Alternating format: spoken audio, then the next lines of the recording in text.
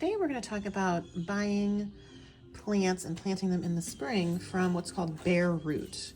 So they come in these little boxes at many of your grocery stores or your hardware stores, garden centers, etc. And when you open them up, there is a little bit of dirt. And this one happened to sprout. This is my forsythia. And you want to pay attention to the instructions and things on the back about how tall it's going to grow, how deep you need to plant it. This one is a shrub that blooms in the very early spring. So in fact, because I'm buying this in the end of April, out in nature, these have already bloomed. So this is going to be a next year blooming type plant. This clematis will bloom in the summertime, I believe. And both will come back year after year.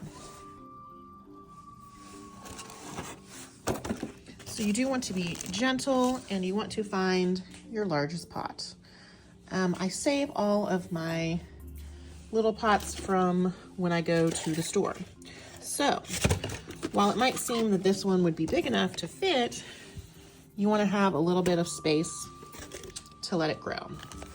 Eventually I will plant it in the ground. I just like to keep an eye on it. So the biggest pot I could find is this one. I've layered in some garden soil, and then I will mix in some potting soil, which is a little bit looser and easier on the baby roots that are going to be coming out.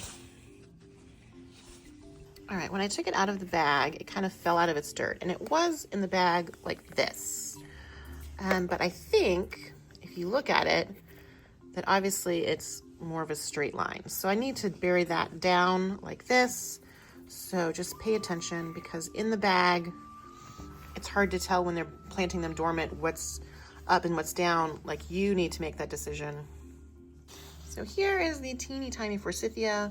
I did bury the stem like 2 inches deep like it recommended, so that it really has a chance to focus on its roots before it focuses on the top plant. So it's a little exercise in patience, but next year I will have beautiful yellow flowers in March and April.